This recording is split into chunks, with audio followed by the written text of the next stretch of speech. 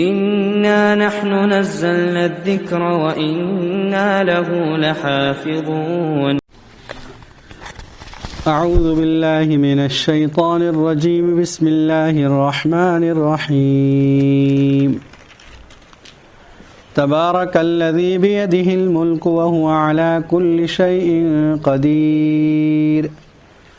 الذي خلق الموت والحياة ليبلوكم أيكم أحسن عملا وهو العزيز الغفور. الذي خلق 7 سماوات طباقا ما ترى في خلق الرحمن من تفاوت فارجع البصر هل ترى من فطور ثم ارجع البصر كرتين ينقلب إليك البصر خاسئا وهو حسير. ولقد زينا السماء الدنيا بمصابيح وجعلناها رجوما للشياطين وأعتدنا لهم عذاب السعير. وللذين كفروا بربهم عذاب جهنم وبئس المصير. إذا ألقوا فيها سمعوا لها شهيقا وهي تفور. صدق اللہ العظیم. یہ سورہ ملک ہے 29ویں پارے کی پہلی سورت. اس سورت کا نام نبی اکرم صلی اللہ علیہ وسلم نے منجیہ اور واقعہ بھی فرمایا. منجیہ کے معنی نجات دینے والی، واقعہ کے معنی بچانے والی. حدیث میں آتا ہے کہ جو شخص اس سورت کو روزانہ رات میں سونے سے پہلے پڑھ لے، حق تعالی شانہ اس کو عذاب قبر سے محفوظ فرما دیں گے، عذاب قبر سے اس کو بچا لیا جائے گا. اس لیے اس سورت کا نام سورہ واقعہ اور منجیہ ہے. اس سورت کے مضامین میں سب سے پہلے اللہ کی بڑائی بیان فرمائی، اس کی قدرت، اور اس کے بعد کچھ مشاہدات سے جو انسان دیکھ سکتا ہے، ان چیزوں کے ذریعے اللہ نے اپنی کاریگری کا مظاہرہ فرمایا، بتلایا. اور درمیان میں عذاب آخرت کا بھی تذکرہ، کافروں پر جہنم میں جو عذاب دیا جائے گا اس کا بھی تذکرہ ہے.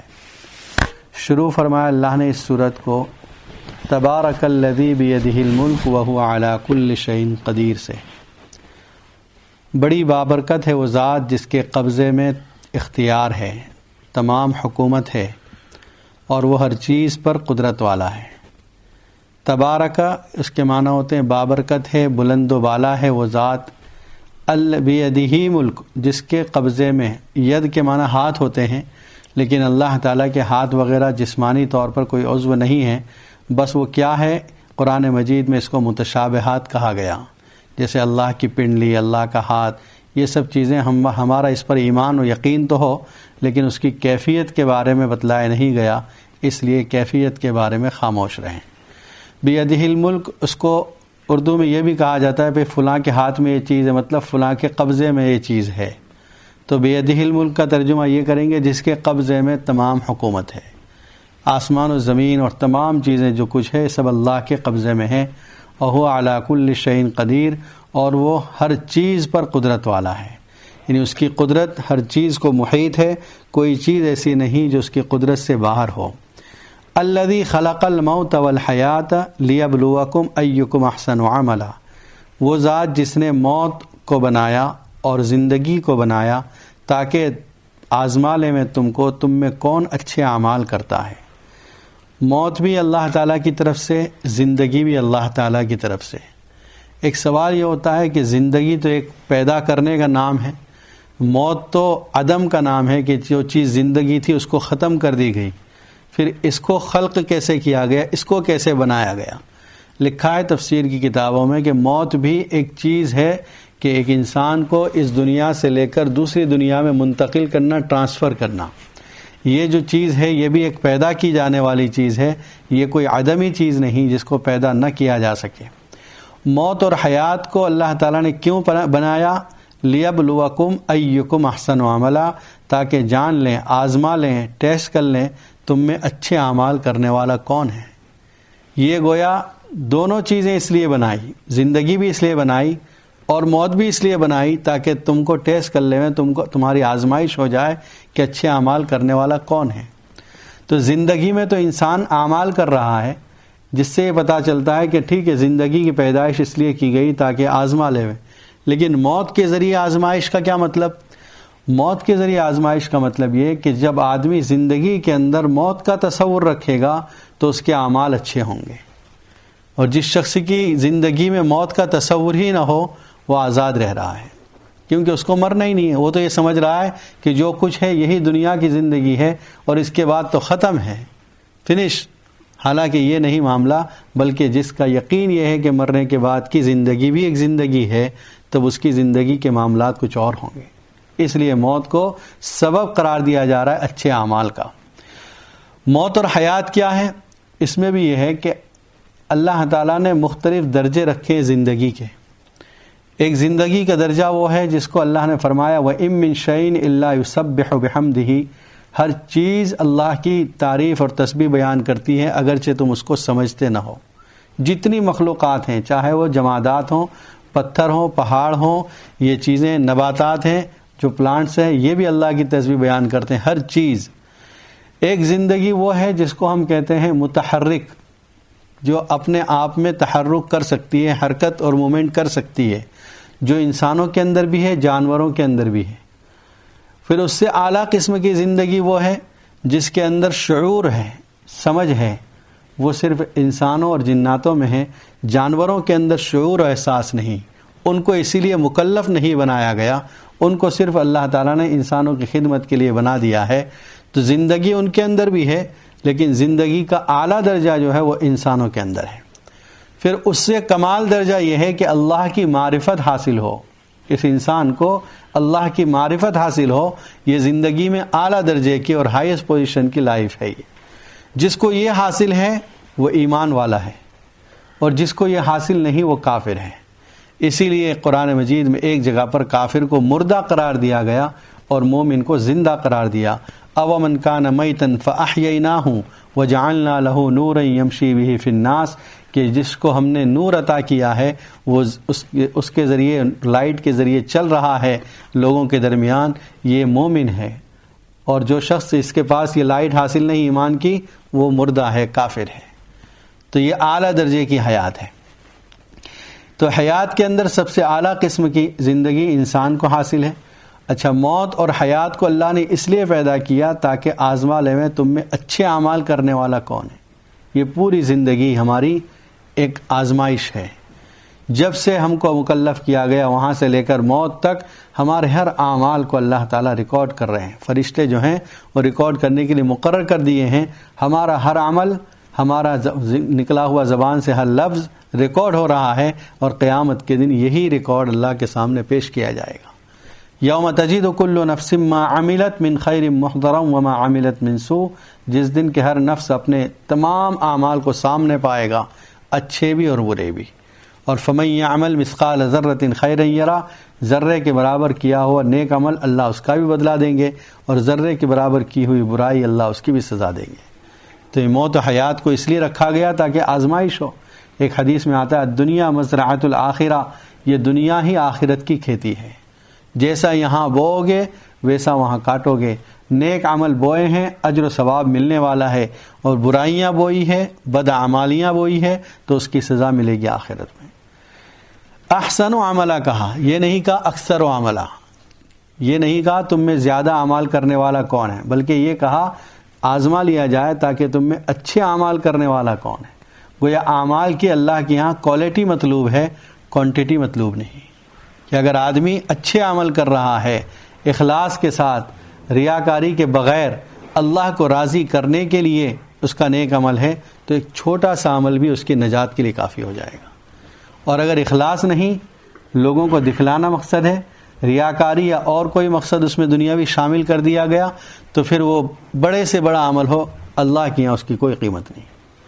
اسی لیے اللہ تعالیٰ نے ایک جگہ فرمایا یا ایھا الذین آمنوا لا تبطلوا صدقاتکم بالمن والاذی کالذی ينفق مالہ رئاء الناس، اے ایمان والو اپنے صدقات کو ضائع مت کرو، احسان جتلا کر، تکلیف پہنچا کر۔ کیا آپ دے رہے ہیں فقیر کو صدقہ، اللہ نے جو آپ پر فریضہ عائد کیا وہ ادا کر رہے ہیں، لیکن اس کا اجر و ثواب ملتا اگر آپ اس فقیر کو احسان نہ جتلاتے، اس کو کوئی تکلیف دینے والی بات نہ کرتے اور ریاکاری کا جذبہ شامل نہ ہوتا. کالذی ينفق مالہ رئاء الناس، اس آدمی کی طرح جو اپنے مال کو خرچ کرتا ہے لوگوں کو دکھلانے کے لیے. فمثلہ کمثل صفوان علیہ تراب فاصابہ وابل، اس کی مثال اللہ بیان فرماتے ایک پتھر ہے، اس پر کچھ مٹی ہے، گرد و غبار پڑی ہوئی ہے، اس پر زور کی بارش ہو گئی، وہ پوری جو ڈسٹ تھا، جو گرد و غبار تھی، وہ سب صاف اور کلین ہو گیا، پتھر باقی رہ گیا. تو اللہ تعالیٰ نے ہم کو جو زندگی دی تھی اس میں ہم نے تھوڑی بہت کچھ نیکیاں کی تھی، وہ ایک پتھر کے اوپر گرد و غبار کی طرح تھی، لیکن ریاکاری کا بارش ایسی کی ہم نے کہ وہ تمام عمل ضائع ہو گیا، وہ بالکل صاف پتھر رہ گیا. ٹھیک اسی طرح اعمال تو کر رہے ہیں لیکن ریاکاری ہے تو اس کا کوئی اجر و ثواب نہیں ملنے والا. احسن عملا، اسی لیے میزان عمل کا تذکرہ آتا ہے قیامت کے دن کہ اللہ تعالیٰ اعمال کو تولیں گے. یہ نہیں کہ اعمال کو کاؤنٹ کریں گے کہ بھئی اس بندے کی کتنی رکعتیں وہ دیکھو، اس کی کتنے روزے رکھے وہ دیکھو. یہ تعداد نہیں مطلوب ہوگی بلکہ کیسے رکھے، کیسے اس نے اعمال کیے ہیں، بس ان کو تول لو ترازو میں. اور حدیث میں آتا ہے جس کے پاس جس قدر اخلاص ہوگا اس کے اعمال اسی قدر زیادہ وزنی ہوں گے. کہ اعمال تو کم ہے لیکن اخلاص ہے تو ان عملوں کا جو وزن ہے وہ بہت زیادہ ہوگا، جس کی وجہ سے وہ کامیاب ہو جائے گا.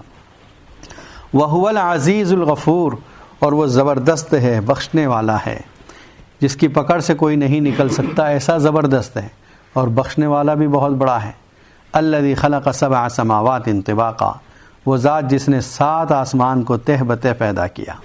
حدیث میں آتا ہے ایک آسمان کے اوپر دوسرا آسمان، دوسرے آسمان کے اوپر تیسرا آسمان، اور ہر آسمان کے درمیان ایک آسمان سے دوسرے آسمان تک 500 سال کی مسافت ہے. یہ دونوں کے درمیان خلا ہے. ما تری فی خلق الرحمن من تفاوت، تو نہیں دیکھتا ہے رحمان کے بنانے میں کوئی فرق، کوئی فالٹ، کوئی ویکنیس. اللہ کی اس پوری کاریگری کسی کو نظر آ سکتا ہے؟ چاہے وہ انسان ہو، نباتات ہو، حیوانات ہو، 7 سماوات 7 آسمان ہو، کوئی ایک چیز ایسی نہیں جس کو آپ پوائنٹ آؤٹ کر سکیں اس میں کمزوری ہے، یہ غلط ہے، یا یہ اس کے اندر یہ چیز غلط ہے. اللہ کی کاریگری میں کوئی فرق، کوئی نقص، کوئی فالٹ نہیں نکالا جا سکتا. فرجع البصر هل ترى من فطور، دوبارہ نگاہ کر، کہیں نظر آتی ہے تجھے کوئی دراڑ یا آسمان کے اندر کوئی پھٹن، کوئی شگاف کوئی نظر آتا ہے؟ ذرا ری چیک کر لیں، ڈبل چیک کر لیں، کہیں کچھ نظر آتا ہے. ثم ارجع البصر کرتين، دوبارہ اپنی نظر پھر سے دوبارہ ڈال دے. ينقلب اليك البصر، تیرے پاس تیری نظریں واپس آ جائے گی. خاسئا وهو حسير، تھکی ہاری ہو کر واپس آ جائے گی. یعنی اتنا بھی تو کوشش کر لے کہ اللہ کی کاریگری میں کہیں کوئی فالٹ بتا سکے، تیری نظریں تھک جائے گی لیکن اللہ کی کاریگری میں کہیں فالٹ نہیں نکال سکے گا. وَلَقَدْ زَيَّنَّا السَّمَاءَ الدُّنْيَا، اور تحقیق کہ ہم نے آسمان دنیا کو مزین کیا، رونق بخشی چراغوں کے ذریعے. وَجَعَلْنَاهَا رُجُومًا لِلشَّيَاطِينَ، اور ہم نے اس کو کوڑا قرار دیا شیاطین کے لیے. آسمان کو رونق رکھی، جس طرح ہم جب چھت بناتے ہیں تو اس کے اندر لائٹس لگاتے ہیں، اسپوٹ لائٹ ہوتی ہے، فلاں لائٹس ہوتی ہے، قمقمے لگائے جاتے ہیں، سلنڈر لگائے جاتے ہیں. یہ کیا ہے؟ چھت کی زیب و زینت کے لیے ہوتی ہے. ٹھیک اسی طرح اللہ نے جو آسمان کی چھت بنائی اس کو بھی اللہ نے مختلف تاروں سے مزین کر دیا. رات کے وقت آپ دیکھیں کہیں کوئی بڑا ستارہ، کہیں کوئی چمکدار، کہیں کوئی کم چمک والا ستارہ، کہیں گلیکسی نظر آ رہی ہے، کہیں چاند نظر آ رہا ہے.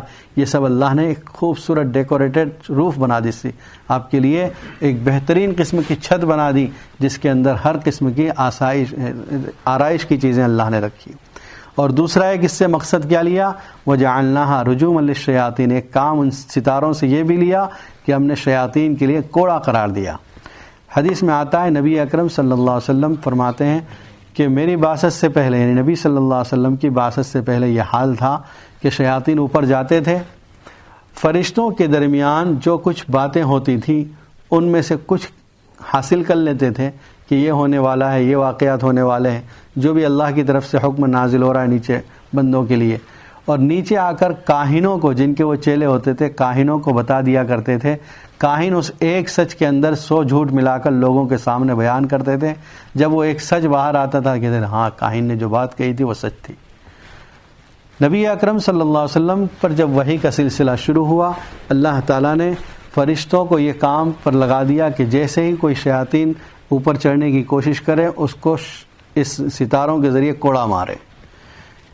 اس کو ہم شہاب ثاقب کہتے ہیں، دمدار ستارہ کہتے ہیں، ستارے کا ٹوٹنا کہتے ہیں. یہ بعض سیزنوں میں پایا جاتا ہے، مخصوص اوقات میں، اگست وغیرہ میں. یہ شیطان اس کے ذریعے سے بھاگنے لگے. آپس میں یہ طے پایا کہ آخر کیا وجہ ہوئی، پہلے تو ہم اوپر چڑھ کر سن لیا کرتے تھے اور اب یہ بند ہو گیا. تو پھر اس تحقیق کے لیے الگ الگ سمتوں میں انہوں نے اپنے قافلے اور اپنے وفد بھیجے. ایک قافلہ نصیبین کے پاس نبی اکرم صلی اللہ علیہ وسلم فجر کی نماز پڑھا رہے تھے اور انہوں نے سنا قرآن مجید کی تلاوت کو، کہا یہ کوئی الگ چیز ہے. پھر اس کے بعد نبی اکرم صلی اللہ علیہ وسلم پر یہ قافلے والے جنات ایمان بھی لائے ہیں. سوال یہ پیدا ہوتا ہے کہ ستارہ کا ٹوٹنا پہلے بھی تھا اور اب بھی نظر آتا ہے، تو پھر یہ خصوصیت کیا ہوئی کہ نبی اکرم صلی اللہ علیہ وسلم کی بعثت کے بعد سے اس طرح پر ٹوٹنا اور اس شیطانوں کو کوڑے مارنے کا کام لیا جانے لگا؟ اس کا جواب تفسیر میں یہ دیا گیا ہے کہ یہ کام پہلے بھی ہوتا تھا، نیچرلی بھی جس کو ہم کہہ سکتے ہیں ہوتا ہے اور اب بھی ہوتا ہے، لیکن کام اس سے یہ لیا جانا یہ خاص حضور صلی اللہ علیہ وسلم کی بعثت کے بعد ہوا کہ یہ جو ستارے ٹوٹ رہے ہیں شیطانوں کو اس سے مارا جاتا ہے. گویا کوڑے کا کام لیا جاتا تھا اس وقت. وَلِلَّذِينَ كَفَرُوا وَجَعَلْنَاهَا رُجُومًا لِلشَّيَاطِينِ وَأَعْتَدْنَا لَهُمْ عَذَابَ السَّعِيرِ، اور ہم نے ان کے لیے دہکتی ہوئی آگ تیار کر کے رکھی ہے.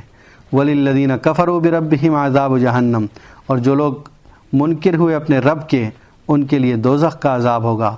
وَبِئْسَ الْمَصِيرُ، اور بہت برا ٹھکانہ ہے. اِذَا أُلْقُوا فِيهَا سَمِعُوا لَهَا شَهِيقًا، جب اس میں ڈالا جائے گا ان کو تو وہ سنیں گے اس کا دہاڑنا، اس حال میں کہ وہ اچھل رہی ہوگی. یعنی جہنم کی آگ کا یہ سین پیش کر رہے ہیں، منظر کشی کر رہے ہیں کہ اس وقت یہ حال ہوگا جب جہنمیوں کے اندر ڈالا جائے گا تو اس آگ کے اندر سے شعلے بھڑک رہے ہوں گے اور اس کے اندر سے آواز آ رہی ہوگی. جب بہت بڑی آگ ہوتی ہے تو خود آگ کے اندر سے بھی آواز نکلتی ہے، تو یہ اس کا تذکرہ ہے کہ اس آگ کی آواز آ رہی ہوگی، اس قدر سخت آواز، سخت آگ ہوگی. تکاد تمیز من الغیظ، قریب ہے کہ پھٹ پڑے وہ غصے کی وجہ سے.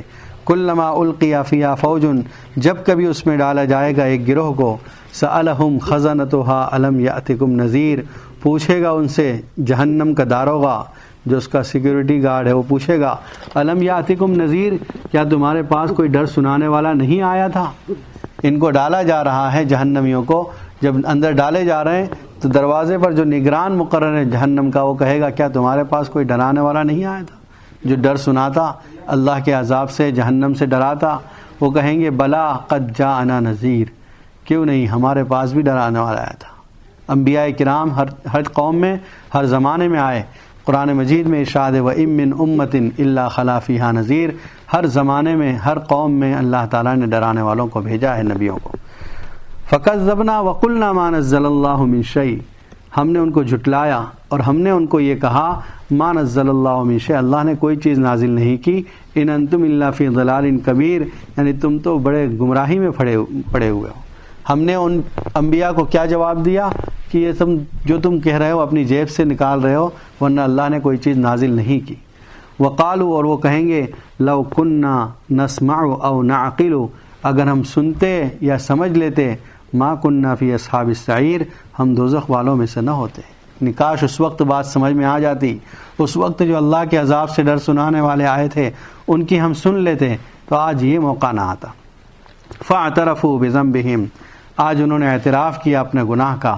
فسحقا لاصحاب السعیر، دفع ہو جاؤ جہنم والوں کے لیے. اللہ تعالیٰ کہتے ہیں سحق ہے، جاؤ دفع ہو جاؤ. ان الذین یخشون ربہم، بے شک وہ لوگ جو اپنے رب سے ڈرتے ہیں بغیر دیکھے. لہم مغفرۃ و اجر کبیر، ان کے لیے معافی ہے اور بڑا ثواب ہے. ایمان والوں کا تذکرہ بھی آ گیا. یہ اللہ تعالیٰ کا طریقہ ہے کہ جب کبھی کافروں کا تذکرہ، جہنم کا تذکرہ، اس کے بعد فوراً ایمان والوں کا تذکرہ. بے شک وہ لوگ جو اپنے رب سے ڈرتے ہیں ان بغیر دیکھے. اللہ کو ہم نے دیکھا نہیں، اس کی عظمت، اس کی صفات پر ہمیں پورا یقین ہے. اللہ کے عذاب کو ہم نے نہیں دیکھا، نعمتوں کو نہیں دیکھا، لیکن جنت اور جہنم پر ہمارا پورا یقین ہے. یہ ہے بالغیب. لہم مغفرۃ و اجر کبیر، ان کے لیے معافی ہے اور بڑا ثواب ہے. وَأَسِرُّوا قَوْلَكُمْ أَوِ اجْهَرُوا بِهِ، تم چاہے اپنی بات چھپا کر کہو یا کھل کر کہو. إِنَّهُ عَلِيمٌ بِذَاتِ الصُّدُورِ، اللہ تعالیٰ دلوں کے بھید تک کو جانتا ہے. یعنی اللہ تعالیٰ ایسا باخبر ہے کہ ضروری نہیں زبان سے لفظ نکالا جائے، بلکہ دل کے اندر جو بات چھپی ہوئی ہے اللہ اس کو بھی جانتا ہے۔ الا یعلم من خلق، خوب سن لو، وہ جانتا ہے ان کو جس کو اس نے بنایا، وہو اللطیف الخبیر، وہ بھید کا جاننے والا اور خبردار ہے۔ وہی ذات ہے جس نے تمہارے لیے زمین کو پست بنایا، فمشو فی مناکبہا، تم اس کے کندھوں پر چلو، وکلوا من رزقہ، اور اس کے رزق میں سے کھاؤ، وإلیہ النشور، اسی کی طرف لوٹ کر جانا ہے۔ اللہ نے زمین کو ہمارے لیے پست بنایا، مطلب ہمارے کام کاج کے لیے بنا دیا۔ اگر اتنی نرم ہوتی جیسے کیچڑ اور مڈ ہوتا ہے تو انسان کا چلنا اس پر دشوار تھا، ایسی سخت ہوتی جیسے لوہا ہے تو پھر اس میں گھر بنانے کے لیے کیسے فاؤنڈیشن کیسے رکھتے، اس میں دانہ کیسے ڈالتے جس سے کھیتی اگ سکے۔ تو اللہ تعالیٰ نے زمین کو اس لیے اس قدر کبھی سخت بنایا، کسی جگہ پتھر ہے، کسی جگہ مٹی ہے، کہیں پانی کا انتظام کر دیا، کہیں پہاڑوں کا انتظام کر دیا، یہ سب اللہ تعالیٰ کی قدرت ہے۔ اسی لیے فرمایا فمشو فی مناکبہا، اس کے مونڈھوں پر چلو۔ مناکب کہتے ہیں شولڈر کو۔ جب انسان کسی سواری پر سوار ہوتا ہے تو اس کے شولڈر پر نہیں بیٹھتا بلکہ اس کے درمیان میں کمر پر بیٹھتا ہے، لیکن بڑا فرمانبردار ہے وہ جانور جو کہا جائے بھائی اس نے اپنا کندھا بھی تمہارے لیے پیش کر دیا، مونڈھا بھی پیش کر دیا۔ تو یہ زمین ایسی فرما بردار ہے کہ اس نے ہر چیز تمہارے لیے پیش کر دی۔ وَإِلَيْهِ كُلُوا مِن رِزْقِهِ، اس پر چلو بھی اور اس کے رزق میں سے کھاؤ اور اسی کی طرف لوٹ کر جانا ہے۔ یعنی تم تصرف کرتے رہو، اس میں جو کچھ ہے اس سے غذا حاصل کرتے رہو، لیکن یاد رکھو اللہ ہی کی طرف واپس لوٹ کر جانا ہے۔ أَأَمِنْتُم مَّن فِي السَّمَاءِ، کیا تم بے خوف ہو چکے اس سے جو آسمان میں ہے کہ تم کو دھسا دے زمین ہی کے اندر، فَإِذَا هِيَ تَمُورُ، پھر وہ لرزنے لگے۔ اللہ تعالیٰ فرماتے اس زمین پر جس پر تم رہ رہے ہو اطمینان کے ساتھ بے خوف ہو کر مت رہنا، کبھی یہی زمین بھی عذاب کا ذریعہ بنتی ہے۔ وہ کیا ہے؟ زلزلہ آتا ہے، زمین پھٹتی ہے، لوگ اندر چلے گئے، اوپر سے پھر واپس زمین دب گئی، ختم ہو گئے، کئی بستیاں اس طرح ختم ہو گئی۔ اللہ تعالیٰ اس میں چاہے تو اس طریقے سے بھی عذاب آ سکتا ہے، دھنسا سکتا ہے۔ ام امنتم من فی السماء ان یرسل علیکم حاصبا، اللہ سے تم اس ذات سے جو آسمانوں میں اس سے بے خوف مت ہو جانا کہ اللہ تعالیٰ تم پر پتھروں کی بارش کر دے۔ زمین پر اطمینان سے رہ رہے لیکن پتھروں کی بارش ہو گئی، انسان ہلاک ہو گیا۔ فَسَتَعْلَمُونَ كَيْفَ نَذِيرٌ، ان قریب تم جان لو گے کیسا ہے میرا ڈرانا۔ وَلَقَدْ كَذَّبَ الَّذِينَ مِن قَبْلِهِمْ، تحقیق کے جھٹلا چکے وہ لوگ جو تم ان سے پہلے تھے۔ فَكَيْفَ كَانَ نَكِيرٌ، کیسا ہوا میرا انکار۔ یعنی جن لوگوں نے ان قوموں سے پہلے جیسے عاد و سمود کے ساتھ جو معاملہ کیا گیا، انہوں نے انبیاء کرام کو جھٹلایا، اللہ کا عذاب ان پر آ کر رہا۔ اولم یروا الی الطیر فوقہم صافات ویقبضن، کیا تم نہیں دیکھتے، کیا یہ نہیں دیکھتے اڑتے ہوئے پرندوں کو کہ اپنے پر کھولے ہوئے ہیں اور پر جھپکتے ہیں۔ ما یمسکہن الا الرحمن، کون روکے ہوئے ان کو سوائے رحمان کے۔ یہ پرندے جو آسمانوں میں اڑتے ہیں ان کا اپنا ایک وزن ہے، اور کوئی بھی چیز آپ اوپر پھینکے وزنی چیز واپس زمین کے اندر واپس آ جاتی ہے۔ زمین کی جو کشش ثقل ہے، گریوٹی ہے، جس کو کھینچتی ہے، لیکن اللہ نے پرندوں کے اندر ان کی پروں کی بناوٹ جو ونگز ہیں اس کو اس طریقے سے بنایا کہ وہ پرندے باوجود اپنے وزن کے وہ آسمانوں میں اطمینان سے اڑتے ہیں۔ ما یمسکہن الا الرحمن، اللہ کے سوا کون ہے جو ان کو اس خلا میں تھامے ہوئے ہے؟ اللہ کی ذات ہے۔ اور اسی پرندوں کو دیکھ کر انسان نے اڑنے کی کوشش کی، شروع میں کچھ ناکامیابی ملی اور اس کے بعد جو کامیابی ملی آج آپ دیکھ رہے ہیں کہ ہر جگہ پر ایروپلین جو اڑ رہے ہیں، یہ اسی انسانی کوشش کا نتیجہ تھا پہلے، اور پھر اللہ نے عقل عطا فرمائی کہ انسان اسی طرح اڑ رہا ہے جس طرح پرندے اڑ رہے ہیں، بلکہ ان سے زیادہ وزنی، ان سے زیادہ سامان لے کر اپنے مقصود تک پہنچ رہا ہے، اور پورا دنیا کے اندر ایک کونے سے دوسرے کونے تک کا آج مواصلات ٹرانسپورٹیشن آسان کر دیا۔ انہ بکل شیء بصیر، بے شک اللہ تعالیٰ ہر چیز کا جاننے والا ہے۔ امن ھذا الذی هو جند لکم، بلا وہ ذات وہ کون ہے جو تمہاری فوج ہے، مدد کرے، من دون الرحمن، رحمان کے مقابلے میں، اللہ کے مقابلے میں کوئی مدد کرنے آ سکتا ہے؟ ان الکافرون الا فی غرور، بے شک کافر دھوکے میں پڑے ہوئے ہیں۔ امن ھذا الذی یرزقکم ان امسک رزقا، کون ہے وہ جو تم کو روزی دے اگر وہ روزی روک لے؟ اگر اللہ تعالیٰ کسی کی روزی کھینچ لے، روزی بند کر لے، کس کی طاقت ہے جو روزی کھول سکے؟ بل لجوا فی عتو و نفور، بلکہ وہ اڑے ہوئے ہیں شرارت میں اور بدکنے میں۔ افمن یمشی مکبا، بھلا وہ شخص جو اوندا چل رہا ہے سر کے بل، سر نیچے پیر اوپر، اہدا وہ سیدھی راہ پر ہے یا وہ شخص جو سیدھا چل رہا ہے صراط مستقیم پر؟ صحابہ کرام نے پوچھا یا رسول اللہ صلی اللہ علیہ وسلم یہ پیر کے بل تو انسان چلتا ہے، سر کے بل چلنا کیسے ہو سکتا ہے؟ اللہ کے رسول صلی اللہ علیہ وسلم نے فرمایا جو ذات پیروں پر چلانے پر قادر ہے انسان کو، وہی ذات سر کے بل چلانے پر بھی قادر ہے۔ اور کچھ کرتب باز ہوتے ہیں جو سر کے بل چلتے ہیں، تو اللہ تعالیٰ اس بات پر بھی قادر ہے۔ اور جہنمیوں کو ایک عذاب یہ بھی دیا جائے گا، الذین یحشرون علی وجوہہم الی جہنم، کہ وہ جہنمی اپنے منہ کے بل یعنی سر کے بل چل کے جہنم میں ڈالے جائیں گے۔ تو وہ شخص جو سر کے بل چل رہا ہے وہ سیدھی راہ پر ہے، یا وہ آدمی جو سیدھی یعنی چلنے کے بعد سیدھے راستے پر بھی چل رہا ہے اور پیروں سے چل رہا ہے؟ قل هو الذی انشأکم، بھلا وہ فرما دیجئے پیغمبر صلی اللہ علیہ وسلم وہ ذات جس نے تم کو بنایا، وجعل لکم السمع والابصار والافئدہ، اور جس نے تمہارے لیے سننے کی طاقت، آنکھیں بنائی اور دیکھنے کی طاقت، والافئدہ اور دل بنائے، بہت کم تم شکر ادا کرتے ہو۔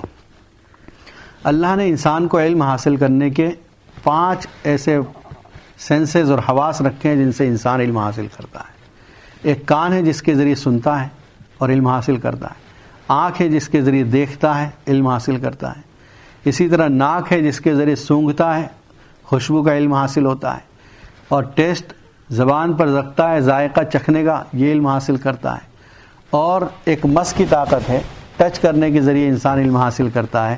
جو لوگ نابینا ہوتے ہیں وہ زیادہ تر ٹچ کر کے معلوم کرتے ہیں، یا ویسے بھی انسان کسی چیز کو نرم ہے، سخت ہے، کھردری ہے، پلین ہے، یہ سب معلوم کرنے کے لیے انسان ہاتھ لگاتا ہے۔ یہ 5 حواس ہیں، لیکن قرآن میں زیادہ تر 2 کا تذکرہ یا 3 کا تذکرہ ہوتا ہے۔ کیوں؟ اس لیے کہ چکھ کر حاصل کرنا اور خوشبو کا سونگھ کر حاصل کرنے کے علم بہت لیمیٹیڈ ہے، بہت کم ہے، اور پھر یہ طاقت بھی بہت بلید ہے کہ جب زبان پر رکھی جائے گی تبھی محسوس ہوگا انسان کو۔ اسی طرح جب ناک کے قریب لے جائیں گے یا خوشبو کے ماحول میں آئیں گے تب پتہ چلے گا، لیکن سننا ایک ایسی چیز ہے جس سے انسان بہت زیادہ علم حاصل کرتا ہے۔ آنکھوں کا بھی یہی حال ہے۔ آنکھوں اور سننے میں یعنی کان اور آنکھ کے اندر بھی اللہ نے زیادہ تر سماع کو پہلے ذکر کیا۔ کیوں؟ زیادہ انسان علم جو حاصل کرتا ہے وہ سن کر، اپنی دیکھی ہوئی کے مقابلے میں سنی ہوئی چیزیں زیادہ ہے اس کی، اسی لیے۔ اچھا، اور دوسری بات، آنکھ کا علم بہت شرائط کے ساتھ ہے۔ مثلا آنکھ دیکھے گی اس وقت جب آپ کی آنکھوں کے درمیان اور اس چیز کے درمیان کوئی لائٹ ہو۔ اندھیرا ہے، ایک کمرے میں ہے، قریب رکھی ہوئی لیکن چیز نظر نہیں آتی، کیوں؟ آپ کے اور اس چیز کے درمیان لائٹ نہیں ہے، تو اس کے لیے شرط ہے کہ لائٹ ہو۔ دوسرا ہے کہ کوئی حائل بیچ میں نہ ہو، جیسے اس دیوار کے پیچھے کیا ہو رہا ہے نہیں پتا آپ کو، اس لیے کہ بیچ میں حائل ہے، رکاوٹ ہے۔ اور تیسری چیز قریب ہو، اگر دور ہوگی تو باوجود یہ کہ وہ چیز سامنے ہے نظر نہیں آئے گی۔ لیکن کانوں کے لیے شرائط کم ہیں، اندھیرے میں بھی کان سن سکتا ہے، دیوار کے پیچھے کی آواز بھی کان سن سکتا ہے، دور سے پکارے گا انسان تب بھی اس کو آواز آئے گی۔ تو یہ اچھا، آنکھوں کے لیے شرط ہے کہ وہ چیز محسوس ہو، جسمانی چیز ہو۔ کانوں کے لیے وہ بھی شرط نہیں، کان ایسی چیز بھی کہے گا، سنے گا جو جسم نہیں رکھتی۔ جیسے میں کہوں باہر بہت تیز ہوا ہے، آپ کے کانوں نے سن لیا، آنکھ دیکھ نہیں سکتی اس کو، لیکن ہوا کا سننا لفظ یہ آپ کان نے سن لیا۔ آنکھوں کے لیے شرط ہے کہ وہ چیز موجود ہو، ماضی کی وہ چیز نہ ہو یا مستقبل کی چیز نہ ہو۔ کانوں کے لیے وہ بھی شرط نہیں، کان آپ کو 10 سال پہلے کے واقعات کہیں گے تب بھی سن لے گا، 1000 سال بعد کے ہونے والے واقعات یا قیامت کے پیش آنے والے واقعات کہیں گے تب بھی سن لے گا کان۔ تو کان کو زیادہ تاثیر ہے علم کے حاصل کرنے میں، اسی لیے جگہ جگہ سمع والبصر، کان کی طاقت کو پہلے ذکر کیا ہے۔ تیسری طاقت جو اللہ نے ذکر کی، افئدہ، سمجھنے کی طاقت جو دل کے اندر پائی جاتی ہے۔ فلاسفہ یہ کہتے ہیں کہ اس کا طاقت کا تعلق برین اور دماغ سے ہے، لیکن قرآن اور اسلام یہ کہتا ہے کہ سب کچھ دل پر ہے۔ دل کسی کا صحیح ہو گیا، صحیح چیزیں سنے گا، صحیح چیزیں دیکھے گا، صحیح چیزیں سمجھے گا، صحیح چیزوں کی طرف جائے گا۔ دل میں خرابی آ گئی، ہر چیز اس کی غلط ہوتی چلی جائے گی۔ آگے فرمایا، یہ 3 چیزوں کا خاص طور پر اللہ نے تذکرہ کیا، قلیلا ما تشکرون، یہ اللہ وہ ذات ہے جس نے تم کو یہ طاقتیں عطا فرمائی لیکن تم بہت کم شکر ادا کرتے ہو۔ قل هو الذی ذرأکم فی الارض والیہ تحشرون، پیغمبر صلی اللہ علیہ وسلم آپ فرما دیجئے وہی ذات ہے جس نے تم کو پیدا کیا زمین میں، پھیلا دیا زمین میں، اور اسی کی طرف تم لوٹ کر جاؤ گے۔ اور یہ کہتے ہیں متی ھذا الوعد ان کنتم صادقین، یہ وعدہ کب ہوگا، یعنی قیامت کب آئے گی اگر تم سچے ہو۔ پیغمبر صلی اللہ علیہ وسلم فرما دیجئے انما العلم عند اللہ، قیامت کا علم تو اللہ کے پاس ہے۔ وانما انا نذیر مبین، اور میں تو صرف ڈر سنانے والا ہوں، کھول کھول کر ڈر سنانے والا ہوں۔ فلما رآہ زلفۃ، پھر جب وہ دیکھیں گے قریب آ گئی ہے، سیئت وجوہ الذین کفروا، کافروں کے چہرے اس وقت سیاہ ہو جائیں گے، کالے پڑ جائیں گے، برے ہو جائیں گے، بگڑ جائیں گے، اور ان سے کہا جائے گا ھذا الذی کنتم بہ تدعون، یہی وہ ہے جس کو تم مانگا کرتے تھے، یہ قیامت وہی ہے جس کو تم مانگا کرتے تھے۔ اے پیغمبر صلی اللہ علیہ وسلم فرما دیجئے ارأیتم، بھلا بتلاؤ اگر اللہ تعالیٰ مجھے ہلاک کر دے اور میرے ساتھ والوں کو، یا ہم پر رحم کر دے، کون ہے جو بچا لے کافروں کو عذاب علیم سے؟ یعنی میرا معاملہ اور صحابہ کرام کا معاملہ، میرے ساتھ ایمان والوں کا معاملہ، ہمارے ساتھ اللہ تعالیٰ چاہے ہم کو ہلاک کر دے یا رحم کر دے، لیکن بچانے والا تو کافروں میں سے کوئی نہیں، کافروں کو بچانے والا کوئی نہیں ملے گا۔ قل هو الرحمن آمنا به، اے پیغمبر صلی اللہ علیہ وسلم فرما دیجئے وہی رحمان ہے جس پر ہم ایمان لائے، وعلیہ توکلنا، اور اسی پر ہم نے بھروسہ کیا۔ فستعلمون من هو فی ضلال مبین، ان قریب تم جان لوگے کون سری گمراہی میں پڑا ہے۔ قل ارأیتم، اے پیغمبر صلی اللہ علیہ وسلم فرما دیجئے بھلا بتلاؤ اگر صبح کو تمہارا پانی خشک ہو جائے تو کون تمہارے پاس صاف ستھرا پانی لے کر آئے گا؟ یہ پانی جس کو اللہ نے زمین میں رکھا ہے، اور یہ پانی جو ہمارے ٹاپ تک، ہمارے نلوں تک صاف ستھرا پانی آ رہا ہے، اگر اللہ اس پانی کو زمین میں خشک کر دے، زمین میں کھینچ لے، کوئی ہے طاقت جو اس پانی کو واپس لا سکے؟ اللہ کا انتظام ہے، آسمانوں سے پانی برس رہا ہے، ندیوں میں بہہ رہا ہے، چشموں کے ذریعے آ رہا ہے، اور پھر کہاں کہاں سسٹم کے اندر ہونے کے بعد ہمارے نلوں میں پہنچ رہا ہے، ہمارے گلاسوں میں آ رہا ہے یہ پانی۔ یہ اللہ کا بہت بڑا احسان ہے۔ اس ایک پانی پر انسان غور کرے، اللہ کی توحید کو سمجھنے کے لیے کافی ہے۔ تو اس صورت کے اندر اللہ نے اپنی قدرت کی بہت سی نشانیوں کا تذکرہ کیا، اور شروع میں موت اور حیات کا تذکرہ فرما کر عمل کی طرف ترغیب دی، اور نبی اکرم صلی اللہ علیہ وسلم فرمایا جو شخص یہ 30 آیتوں والی صورت کو رات کے وقت پڑھ لے گا، اللہ تعالیٰ اس کو عذاب قبر سے محفوظ فرما دے گے۔ اللہم صلی علی سیدنا محمد وعلی آل سیدنا محمد مبارک وسلم۔ ربنا آتنا فی الدنیا حسنۃ وفی الآخرۃ حسنۃ وقنا عذاب النار۔ ربنا اغفر لنا ذنوبنا وكفر عنا سيئاتنا وتوفنا مع الأبرار۔ ربنا اغفر لنا ولإخواننا الذين سبقونا بالإيمان ولا تجعل في قلوبنا غلا للذين آمنوا ربنا إنك رؤوف رحيم۔ اللهم اكفنا بحلالك عن حرامك واغننا بفضلك عمن سواك۔ سبحان ربك رب العزة عما يصفون وسلام على المرسلين والحمد لله۔